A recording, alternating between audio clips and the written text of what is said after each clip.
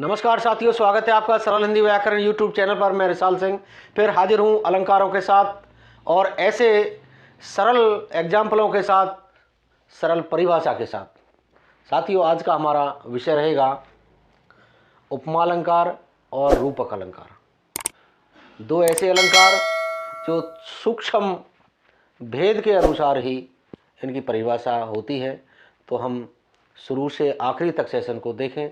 साथियों, जो नए हैं वो अभी से ही चैनल को सब्सक्राइब कर लें ताकि अगले सेशन में उन्हें हमारी कक्षाएं, हमारे सेशन स्वतः ही मिलते रहें। देखेंगे, सबसे पहले हम इसकी परिभाषा जानिए। उपमा क्या है?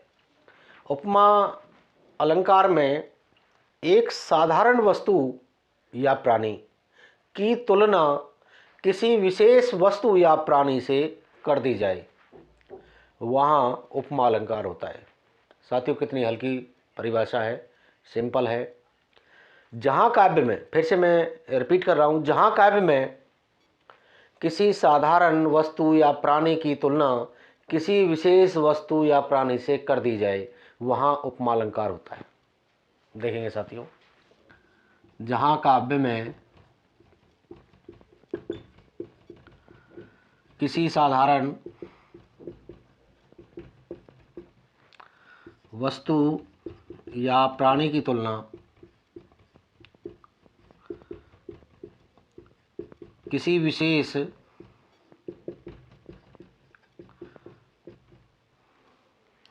वस्तु या प्राणी से कर दी जाए, वस्तु या प्राणी से कर दी जाए, वहाँ उपमा अलंकार होता है। वहाँ उपमा अलंकार होता है। साथियों, ये इसकी परिभाषा हो गई। जहाँ काव्य में किसी साधारण वस्तु या प्राणी की तुलना किसी विशेष वस्तु या प्राणी से कर दी जाए, वहाँ उपमा अलंकार होता है। जैसे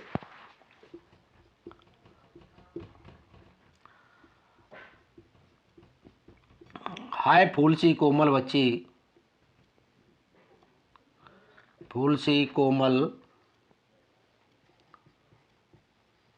बच्ची हुई राख की ढेरी, हुई राख की ढेरी।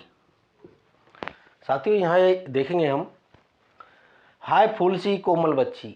यहाँ फूल सी एक छोटी सी बच्ची है और वो कैसी हो गई? राख की ढेरी।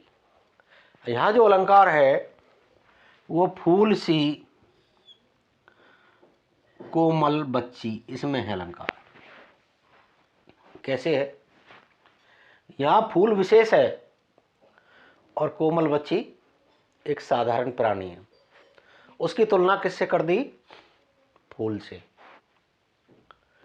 यहाँ उपमा अलंकार हो गया।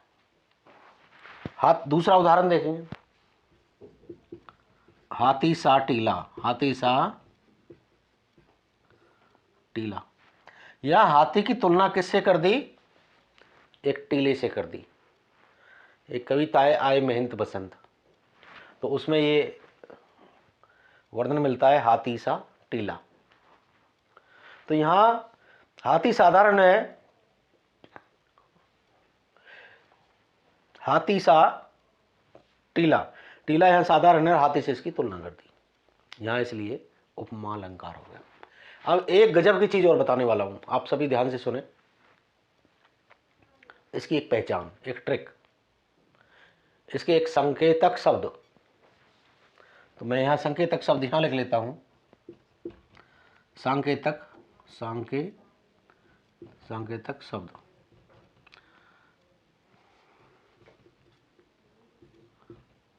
ये हैं आपके सा, से, सी। जैसे, समान और सदृश, सदृश्य। जहां कहीं काव्य में आपको ये दिख जाए, समझ लेना वहां उपमा अलंकार है। आंख बंद करके उपमा अलंकार लगा देना, क्योंकि इनके माध्यम से ही तुलना होती है। जैसे समान, सदृश्य, सा, से, सी। जैसे आगे यहाँ है फूल सी, यहाँ फूल सी आ गया, फूल सी कोमल बच्ची। आगे देखो हुई राख की डेरी, हाथी सा टीला, यहाँ सा आएगा। एक बच्चा गुनगुना रहा था, फूलों सा चेहरा तेरा, कलियों सी मुस्कान है, एक गाना था, मैंने उसे सुना, मैंने कि इसमें तो अलंकार है, फूलों सा चेहरा तेरा। तो तुरंत हमने वो चीज़ें निकाली उसमें से, किया मैं तो लिख देता हूँ, फूलों सा चेहरा, चेहरा तेरा, इतना ही देखेंगे। यहाँ सा आ गया, उस चेहरे की तुलना किससे कर दी? फूलों से कर दी, तो यहाँ उपमा अलंकार हो गया। ऐसे अनगिनत उदाहरण आपके बीच में कहीं ना कहीं से आपको सुनने को मिलेंगे जिनमें उपमा अलंकार होगा। प्यारे बच्चों, किसी चीज़ को हम तभी सीख पाते हैं जब उस पर हम पूरी गहराई से सोचना शुरू कर दें। जब तक हम सोचना शुरू नहीं करेंगे, जब तक वो चीज़ केवल एक रटने वाली होगी। हमें रटने वाली नहीं, समझने वाली चीज़ चाहिए, समझने वाले प्रश्न चाहिए, उत्तर चाहिए। तो यहाँ उपमा अलंकार क्यों हुआ? यहाँ तुलना कर दी, किससे? एक साधारण वस्तु या प्राणी से विशेष वस्तु प्राणी से तुलना कर दी। फूलों सा चेहरा तेरा, कलियों सी मुस्कान है, उसमें भी अलंकार, कलियों सी मुस्कान है। तो ऐसे ही ऊपर आया हाथी सा टीला है, फूल सी कोमल बच्ची। तो इसके अनगिनत उदाहरण आपको आपके काव्य के अंदर मिल जाएंगे। इस प्रकार से आपका उपमा अलंकार यहाँ पूरा होता है। अतः साथियों, उपमा अलंकार के बाद अब हम देखेंगे रूपक अलंकार। रूपक अलंकार में क्या होता है? यहाँ तो तुलना की गई थी, और रूपक अलंकार में रूप दिया जाता है। अब रूप किसका दिया जाता है देखेंगे। तो यहाँ हम लिखते हैं रूपक अलंकार।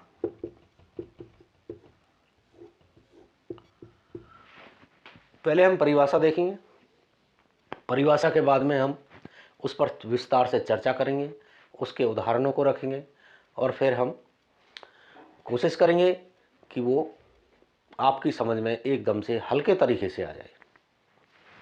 देखेंगे साथियों, जहाँ काव्य में किसी साधारण वस्तु या प्राणी को विशेष वस्तु या प्राणी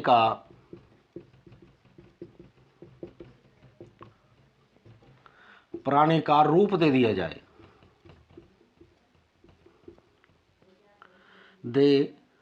जाए, वहाँ रूपक अलंकार होता है। रूपक अलंकार होता है। प्यारे बच्चों, मेरी परिभाषा को आप गाइड से ना मिलाएं। गाइड में हो सकता है मेरी परिभाषा ना मिले, परंतु मेरी परिभाषा सटीक है, सही है, वही है जो उन्होंने घुमा फिरा के कही है। मैंने सीधे लहजे में कह दी है कोई बात, उन्होंने घुमा फिरा के कही है।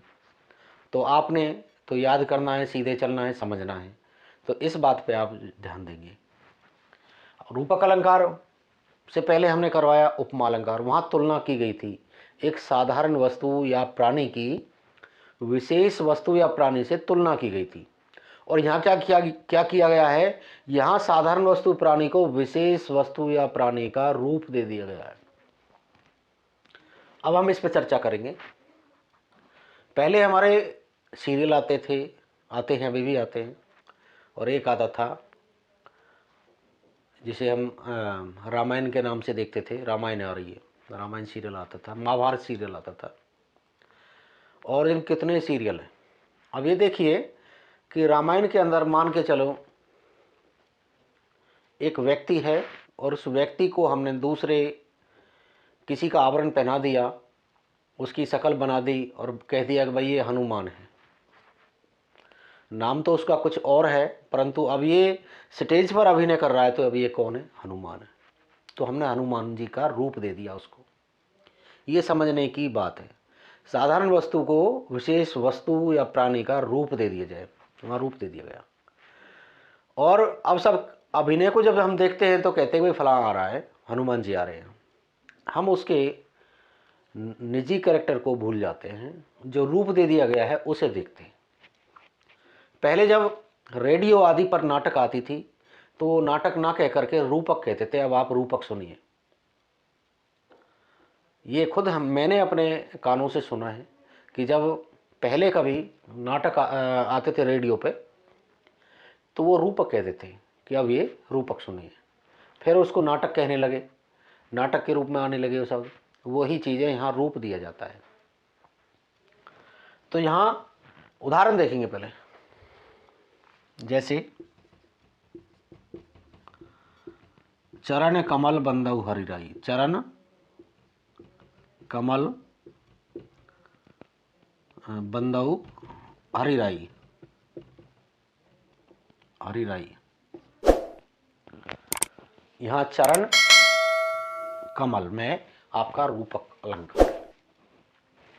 यहाँ चरणों को किसका रूप दे दिया गया?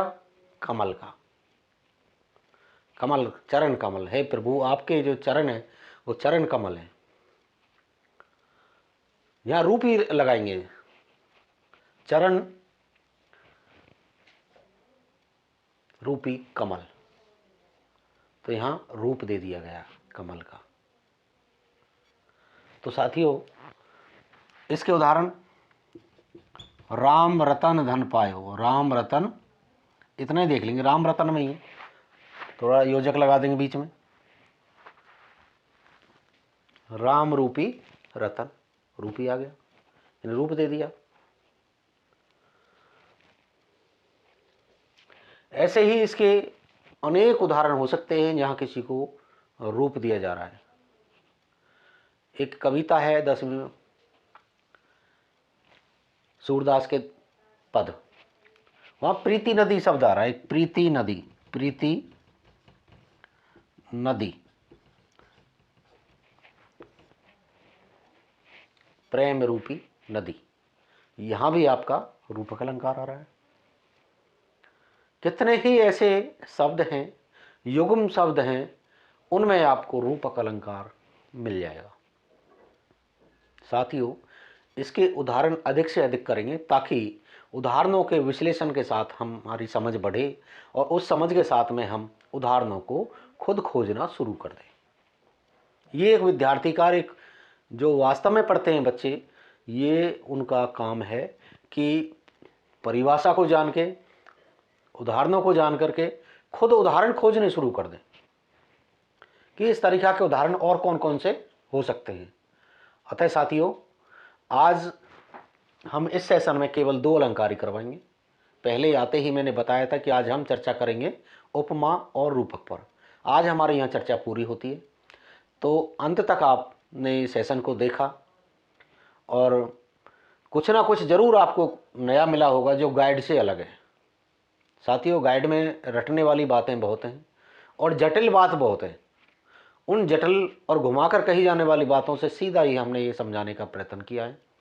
अतः आप इन्हें, हमारी जितने भी हमारे सेशन हैं, उन सेशनों को आप लगातार देखते रहें और जो नए साथी जुड़ते हैं वो चैनल को सब्सक्राइब कर लें ताकि आगे की जो क्लासेज हैं, सेशंस हैं, उनको स्वतः ही मिलते रहें। अतः साथियों, देखते रहिए। जय हिंद, जय भारत।